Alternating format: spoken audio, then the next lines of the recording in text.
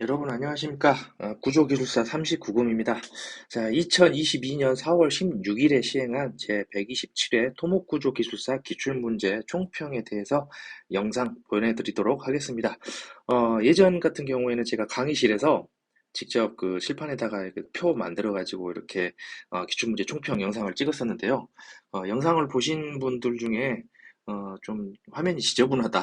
예, 칠판에 나와 있는 것이 손으로 이제 쓰던 거다 보니까 지저분하다 이런 지적이 있으셔가지고 제가 이렇게 얼굴이 안 나오게 제 얼굴도 안 나오고 이렇게 좀 깔끔한 화면으로 이렇게 한번 영상을 찍어 보게 되었습니다. 혹시나 반응이 좋으면 앞으로도 기출문제 총평 영상은 이런 식으로 작성을 계속 진행해 볼까 합니다. 자, 여러분들의 많은 성원 부탁드리겠습니다. 자, 그러면 총평 시작하도록 하겠습니다. 자, 이번 127회 토목구조기술사 같은 경우에는 어, 예전에 비해서는 역학 문제가 좀 많이 나온 게, 역학 문제가 비중이 33.6%로 좀 비중이 많이 늘어난 게 눈에 띄죠. 먼저 이제 전체적인 그 점수 배분에 대해서 설명을 해드리면, 전체 총 31문제가 나오고요. 매번 똑같습니다, 이거는. 이거를 점수로 환산해 보면 580점입니다. 그렇지만 우리한테 필요한 거는 교시당 100점 해서 400점이기 때문에, 580분의 400점만 획득을 하면 됩니다. 대략 70% 선에서 어, 나오게 됩니다. 그래서 이렇게 배점 비율로 나오는 것 중에 이렇게 33.6, 10.3, 7.8 이렇게 배점 비중으로 나온 것 중에 70% 정도만 70% 획득하는 거를 내가 정확하게 했다 하면은 100점 맞으신 겁니다. 예. 그래서 제가 분석을 하기를 우리가 보통 여러분들 구조기술사 준비하신 분들은 계산 문제를 좋아하시는 분들이 많이 계시거든요. 그래서 역학과 RC와 강구조 이 세 개 파트에서 대략 한 60% 이상 출제가 되어준다고 하면은 좀 쉬운 회차지 않나 이렇게 분석을 합니다. 그런 측면에서 말씀드리면은 PSC와 규정 실무 이쪽이 대략 한 40%, 50% 육박하게 나왔죠. 대략 한 7, 8% 정도 될 것 같은데, 저번 126회 때를 한번 보도록 하겠습니다. 126회 때 보면은, 이제 규정 실무와 PSC를 합쳐보면은 대략 한 45%에 좀 못 미치는 걸 알 수가 있습니다. 그래서, 이번에는 그 두 가지 잘 합쳤을 때 더 많은, 비율이 PSC와 광고주에서 나왔지만, PSC 126회, PSC 같은 경우에는 무려 19%나 나왔습니다. 그래서 저번 회차에 많이 어려워하신 분들이 많았었죠. 실제로도 합격자 수가 6분밖에 안 됐었습니다. 예, 6명밖에 안 돼서 좀 합격자 수도 많이 적었고요.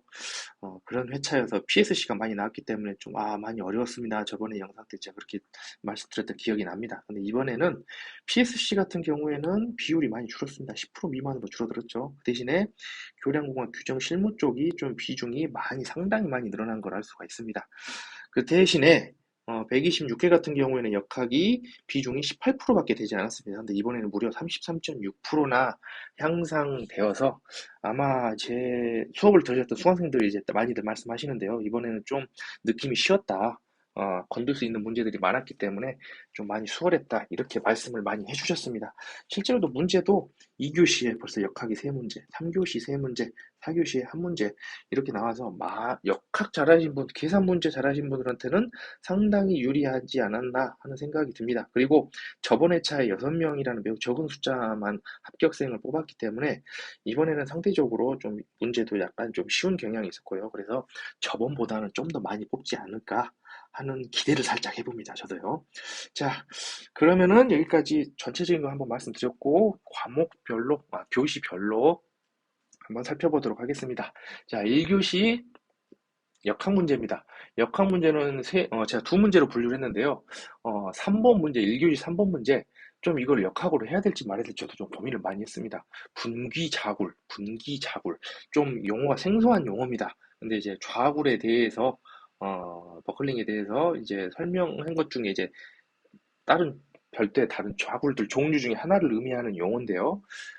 좀 접하시기 힘들지 않았을까 하는 생각이 듭니다. 근데 그렇다고 이거를 다른 쪽으로 분류하기도 너무 애매해서 역학으로 분류를 했는데 많은 분들이 좀 안 풀지 않았을까 하는 생각이 드는 문제입니다. 좀 많이 난해해서 별 3개, 좋습니다. 별 3개 좀 많이 어려웠다. 많은 분들이 제끼지 않았을까 하는 생각이 드는 문제였습니다. 그 다음으로 역학 문제 나온 게 13번 문제. 평면 응력 상태에서 주응력과 주응력면을 모원을 이용해서 구하시오. 저는 이거 수업 시간에 숱하게 말씀드렸고, 제 수업 수강하기 전에 예습 자료로 재료역학 영상 제가 공유해 드리는데요.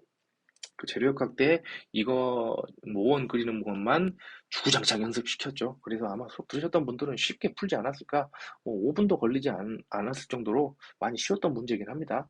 예, 그래서 근데 아쉽게도 근데 계산 문제가 한 문제밖에 안 나와서 좀 아쉽긴 하지만, 그래도 마지막 문제 13번에서는 좀 쉬운 문제가 나와서 별 하나 줬습니다. 자, RC 넘어가겠습니다. RC는 1교시 2번 소요 연성도 나왔습니다. 소요 연성도. 이것도 RC를 에 대해서 죄송합니다.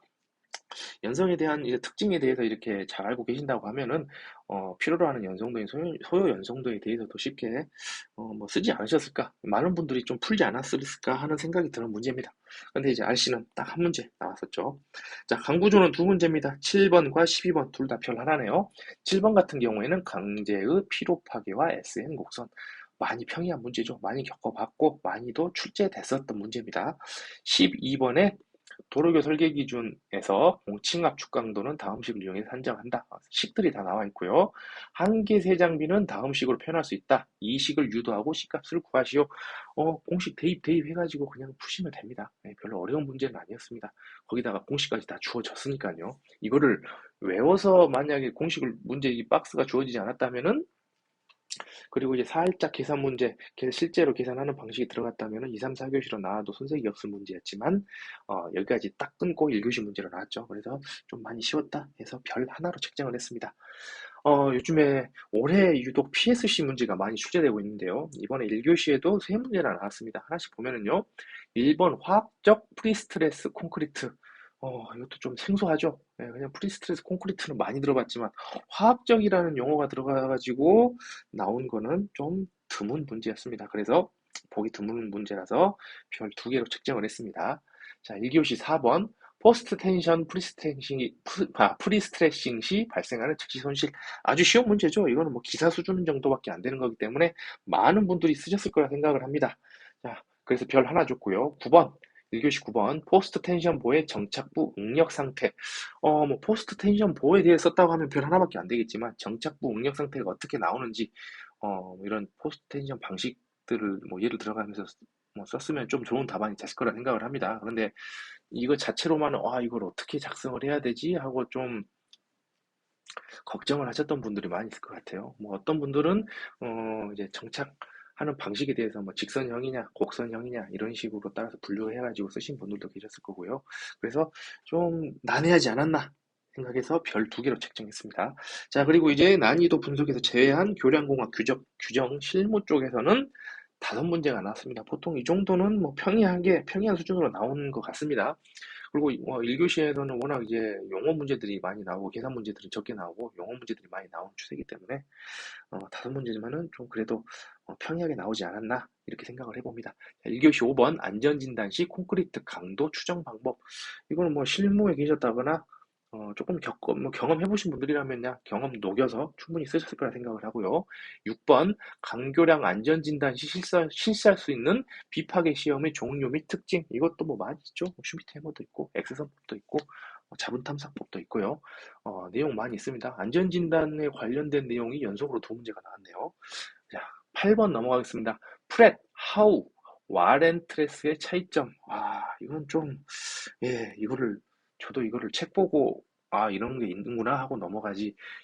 프렛은 이렇게 생겼고, 하우는 이렇게 생겼고, 와렌이 이렇게 생겼다. 외우지는 않는데, 좀 당황스러운 유형의 문제지 않았을까 하는 생각이 듭니다. 그래도 풀어내야죠. 자, 10번. 사각으로 설계된 암거 슬래브의 사각부 보강 방법에 대해 쓰는 내용입니다. 설계하셨던 분들이라면은 많이 겪어보셨을 거라고 생각이 드는 문제입니다. 자, 11번 문제 보겠습니다. 공항시설물 중 지중구조물의 내진 성능 목표에 따른 설계 거동 한계. 그냥 정 안 되면은 나 도저히 모르겠다 하신 분들은 지중구조물의 내진 성능 목표했다는 설계거동 한 개, 공항 시설물 빼버리고요. 이렇게 쓰셔도 뭐, 좀 점수를 좀 마이너스 받더라도 그 정도 쓰셔도 괜찮을 거라 생각은 들지만, 공항 시설물이라는 말이 들어가가지고 좀 더 어려워지지 않았나 하는 생각이 드는 문제였습니다. 그래서 많은 분들이, 7번은 좀 풀지 말아야겠다라고 생각하지 않았을까 하는 문제가 되겠습니다. 자, 그럼 1교시는 이제 여기까지 설명을 드리고요. 2교시로 넘어가 보도록 하겠습니다. 2교시는 극단적으로 나뉘었네요. 두 개 파트로. 역학이 세 문제, 교량 규정 실무가 세 문제 이렇게 나왔습니다. 한 문제씩 보겠습니다. 자, 4번 역학부터 보겠습니다. 2교시 4번 문제. 그림과 같이 완전 탄소성 재료인 양당 고정보에 부분 등분포화 중 W가 작용할 때 W로 하신 분도 있고 오메가로 하신 분도 있고요. 네, 저는 W로 읽겠습니다. W가 작용할 때 최초 항보 과정 WY를 구하시오. 탄소성 해석 문제인데 소성까지는 가진 않고 탄성에서 중지한 문제죠. 항보 하중 구하라는 문제가 됐기 때문에 문제가 쉬워졌습니다. 이거를 소성 붕괴 하중까지 구해라 그러면 이제 많이 좀 갑자기 난이도가 확 올라가는 문제가 됐겠죠. 근데 항보 하중 그냥 탄성 해석 단계에서 끝났기 때문에 그런데 이제 어, 휭강성이 다르고 부분에만 등분포 하중이 있어야 돼서 구조물을 해석해야 되는데 좀 어려움이 있었던 문제입니다. 많은 분들이 좀 실수담을 많이 들려주셔서 저는 개인적으로 제 수업 들으셨던 분들이라면 다 푸셨을 거라 생각하고 별 하나를 주고 싶었는데 여기저기서 좀 이 문제 실수했어요 하시는 분들이 좀 있어가지고 별 두 개로 책정을 해봤습니다. 자, 5번 문제 보겠습니다. 다음 아래 그림과 같은 트러스 구조의 부재력을 매트릭스 변이법에 의해 구하고 전개 과정을 설명하시오.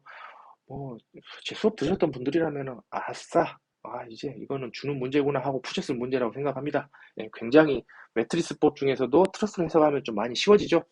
뭐 A 매트리스나 S 매트리스 짜는 것 자체가 굉장히 쉬워지기 때문에 트러스 같은 경우에는 매트리스법으로 푸는 것도 많이 권해드리고 있습니다. 뭐 시간 되신 분들은 뭐 실제로도 제 수험생 중에서 이제 그렇게 푸셨던 분도 많이 있고요. 매트리스로 풀고 에너지법으로 검사하신 분들도 이야기를 많이 들었습니다. 그래서 5번은 굉장히 쉬웠다. 그래서 별 하나 책정했습니다. 많은 분들이 풀지 않았을까? 다 풀지 않으셨을까? 실수만 좀 안 하셨다면은 고득점을 노려볼 만한 문제였다고 생각합니다. 자, 2교시 6번 문제 보겠습니다. 아래 그림과 같이 자유단 A를 직경 D인 원형강봉으로 매단 강제보의 중앙에 집중하중 P를 제압시키고자 한다. 보와 강봉의 항보 응력과 탄성해수가 주어졌고요. 이 강제보가 극한의 중 L을 지지할 수 있는 강봉의 최소 직경 D를 결정하시오. 전형적인 탄소성 해석 문제입니다. 그런데 이제 재료가 두 가지로 구성되어 있기 때문에 그 두 가지 소성 특성에 대해서 분류를 해서 문제를 풀어야죠. 저는 굉장히 어렵지 않았을까 이렇게 생각을 했는데 직접 문제를 풀어보니까 허무하게 답이 나와서 별 3개 줄까 하다가 그냥 2개로 끝냈습니다. 예, 좀 함정을 팠어도 괜찮을 법한 문제였는데 출제하신 분이 함정을 안 파셨더라고요. 그래서 이렇게 좀 수험생들 배려하지 않았나 하는 생각이 드는 문제였습니다. 그래서 별 2개 측정을 했습니다. 그래서 2교시 같은 경우에는 계산 문제 좀 강하신 분들한테는 좀 쾌재를 부리지 않았을까 하는 회치였습니다. 이렇게 간단하게 역학 세 문제 풀고 이제 교량공학 규정 실무에서 한 문제 좀 자신 있는 걸로 풀면은 괜찮지 않았을까 하는 생각이 드는 문제입니다. 저 같은 경우에는 어, 2번을 좀 많이 하지 않았을까요? 왜냐하면 제가 이제 교량공학 예전에 특강을 한번 했었을 때 기존에 기출문제 가지고 특강을 했었는데 그때 유독 교량공학에 강박스 코드 교량들이 많이 나왔었거든요. 그래서 강박스에 대해서 공부를 많이 하셨던 분들이 주변에 많지 않았을까 하는 생각에서 2번이 좀 더 낫지 않을까 하는 생각을 해봅니다. 강박스 고량에서 안전진단 및 점검 후 전 과정에 대해 설명하시오. 안전진단 쪽이나 안전점검 쪽에 대해서도 제가 제 기출문제 풀이집에다가 요약을 해놨기 때문에 계속 꾸준히 읽으셨던 분들이라면은 2번을 좀 쉽게 쓰지 않았을까 하는 생각이 들었습니다. 자, 1번 문제 보겠습니다. 2교시 1번입니다. 현행 하천 설계 기준에 의한 하천 횡단 교량 계획 시 교대와 교각의 위치 선정, 교량의 계획고, 길이 및 경관장 결정 방법에 대해 설명하시오.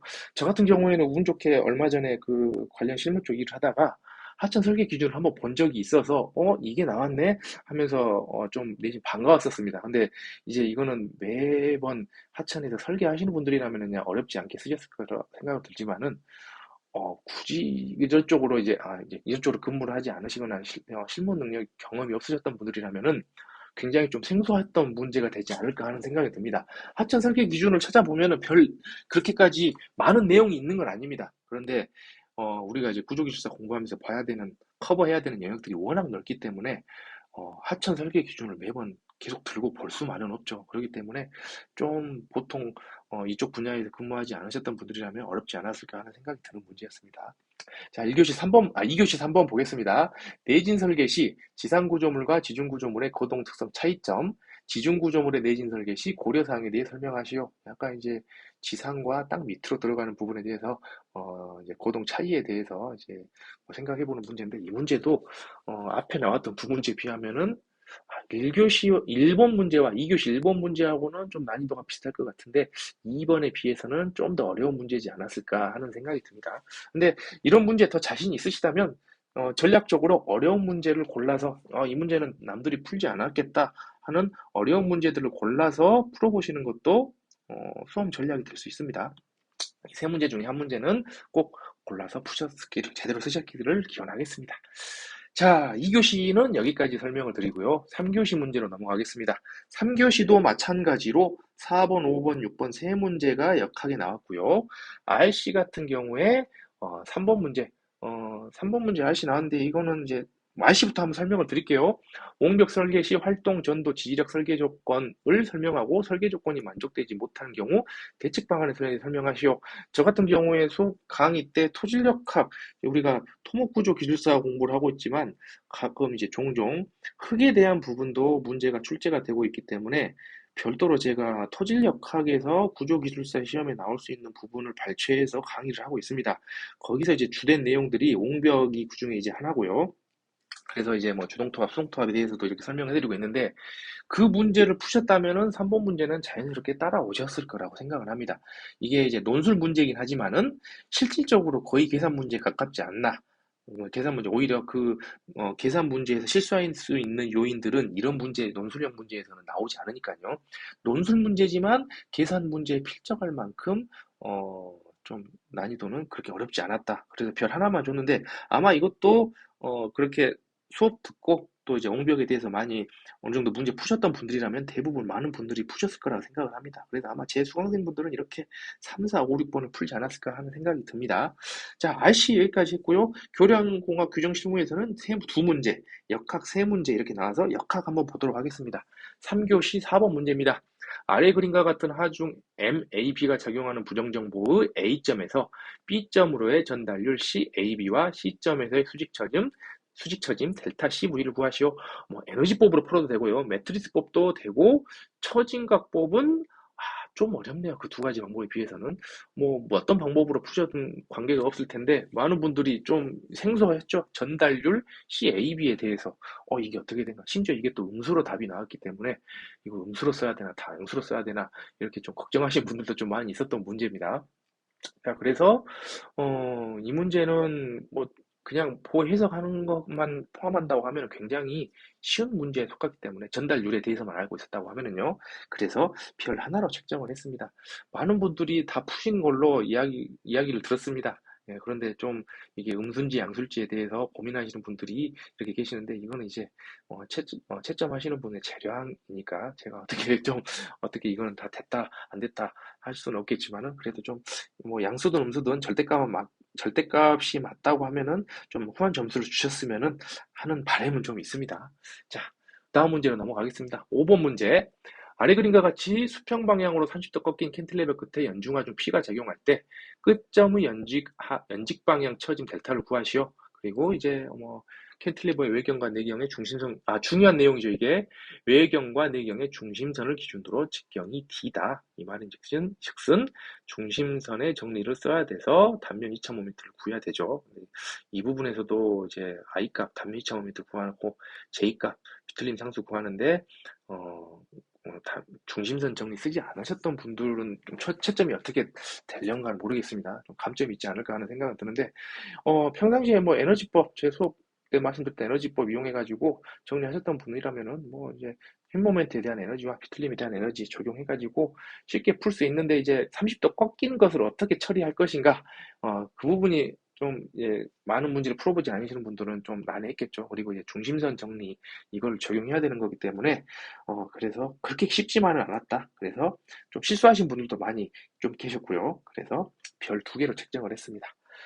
그 다음 역학 문제는 6번입니다. 간만에 동력학 문제가 나왔습니다. 문제가 좀 기네요. 이러한 구조물을 가지고 있는데, 첫 번째 구하는 게 수평방향 고유진동수 및 고유주기. 두 번째가 대수 감쇄율 및 감쇄비. 세 번째가 수평방향 지진력을 구하는 문제입니다. 제가 이제 저저번 기수 강의하면서 계속 강조를 했었습니다.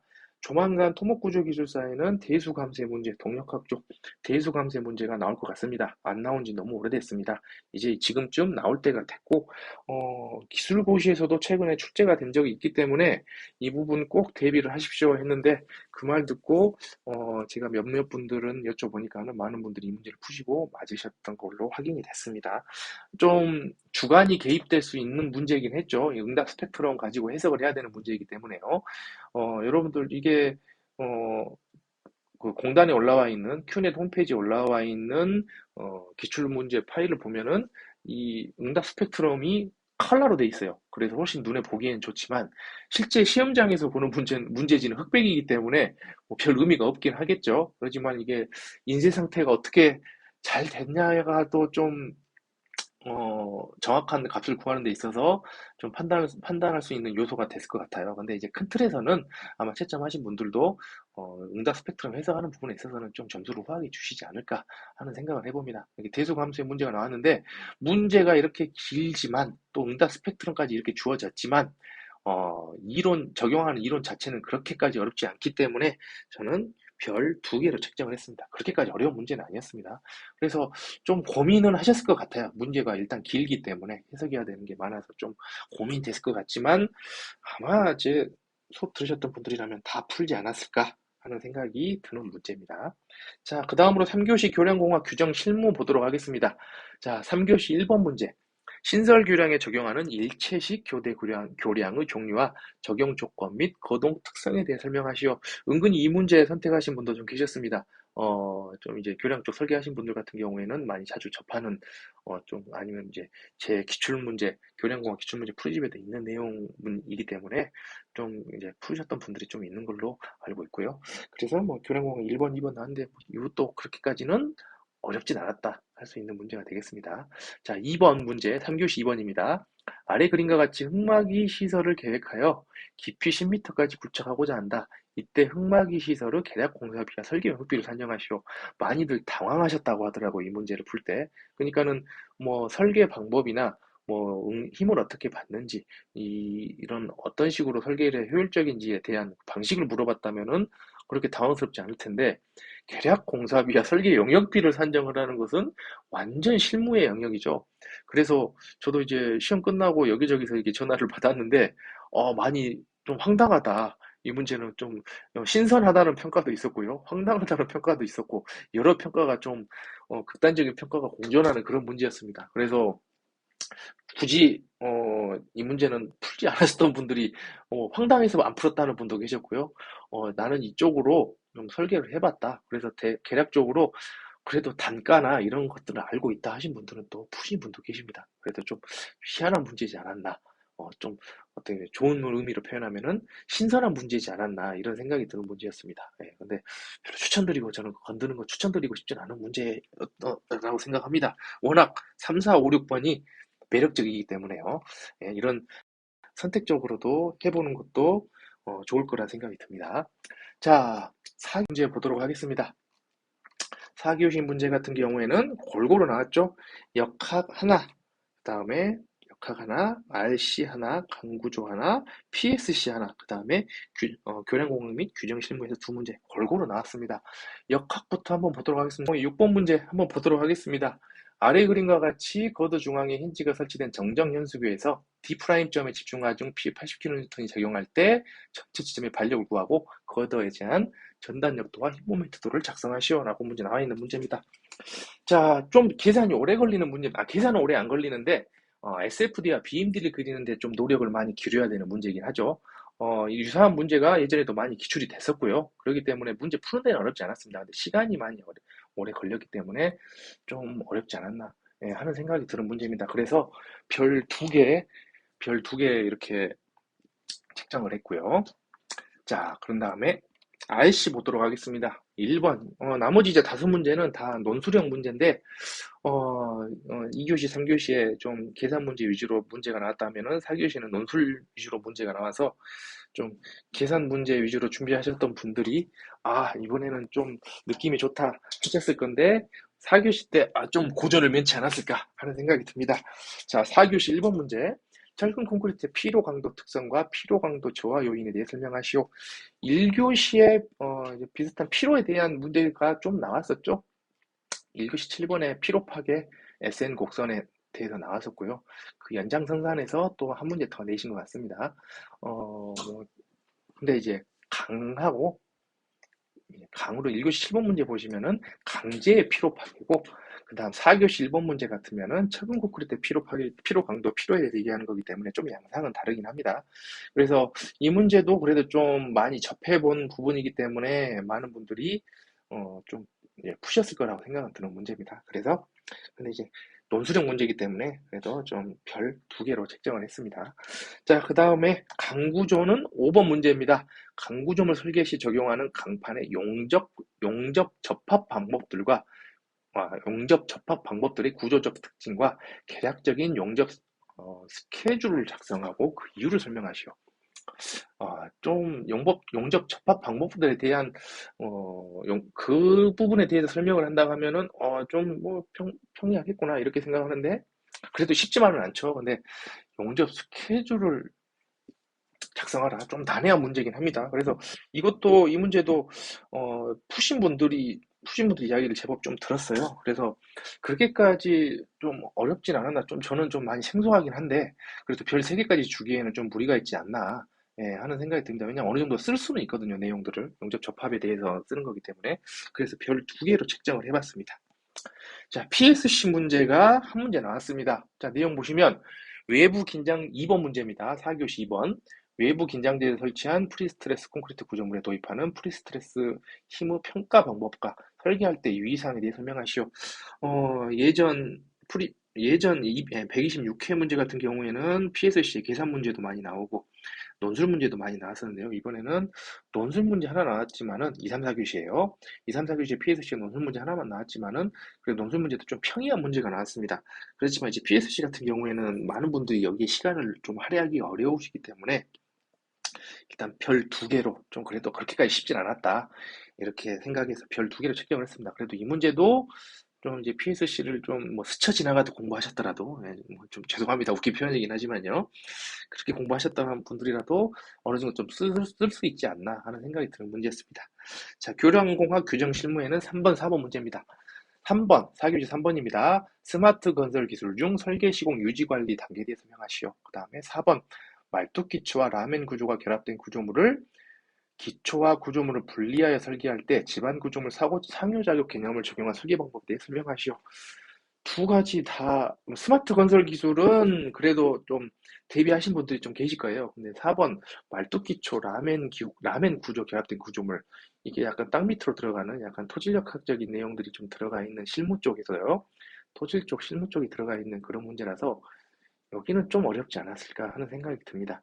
그래서 좀 힘드셨을 거라 생각이 드는데, 지금 4교시가 전반적으로 딱 어느 문제를 풀어야겠다, 딱 확정 지을 수 있는 문제가 딱히 없습니다. 딱 이 네 문제다, 아니면 이 딱 세 문제다 할 수 있는 게 없어서 좀 힘들지 않았을까 하는 생각이 듭니다. 그래도 2교시, 3교시에서 좀 많은 점수를 확보하고 4교시에서 어느 정도 좀 상대적으로 낮은 점수를 받더라도 2, 3교시에서 좀 커버해주는 방식으로 이번 점수 획득 전략을 짜셨던 분들이라면은 합격을 기대해 볼 만하지 않나 하는 생각이 드는 회차입니다. 뭐 제 생각에는 아무래도 저번 회차가 문제도 어려웠고, 왜냐면 PSG 문제가 예전보다 너무 많이 나왔어요. 19%나 나왔기 때문에. 그리고 역학 문제가 너무 조금 나왔습니다. 18%밖에 안 나왔고요.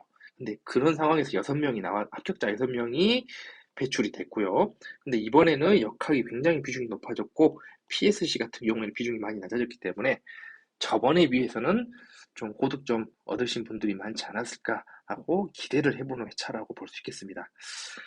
자, 그러면은 여기까지 127회 구조 기술사 기출 문제 총평을 해봤고요. 좀 새로운 방식으로 영상을 제작해 봤습니다. 여러분들 좀 이상하게 나왔거나 좀 중간에 보면은 이상한 팝업이 한번 뜨고 그렇게 했는데 중간에 전화가 와가지고요. 좀 그런 게 떴더라도 좀 이해해 주시고 다음에는 좀 더 향상된 기술 영상을 한번 더 만들어 보도록 하겠습니다. 긴 시간 동안 영상 시청해 주셔서 감사합니다. 그럼 저는 또 다음 영상에